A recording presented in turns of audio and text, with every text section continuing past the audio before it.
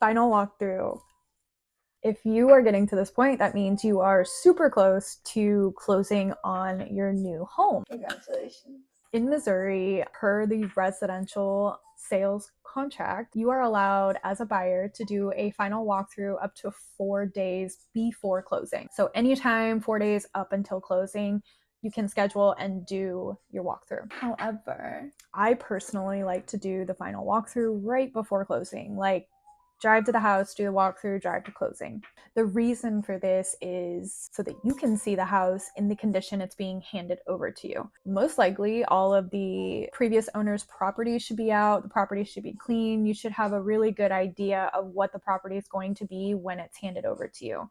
And that's what you want to see. That's the whole purpose of the final walkthrough. So if you're buying a house, don't forget you are entitled to a final walkthrough and you should do it. It is your right. It is your educational purpose to see the property you're about to sign your life away for. Do your final walkthrough. The whole purpose of the final walkthrough is to confirm that the property is indeed in the same condition it was when you placed that offer, when you had the appraisal, when the inspection was done, etc.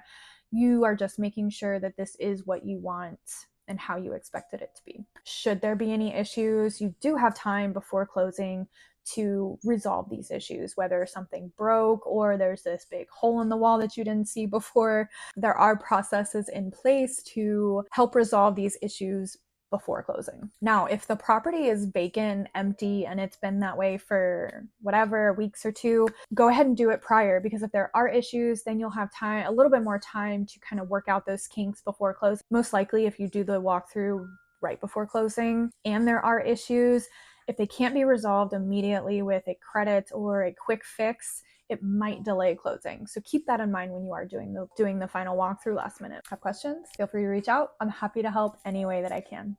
Have a great day.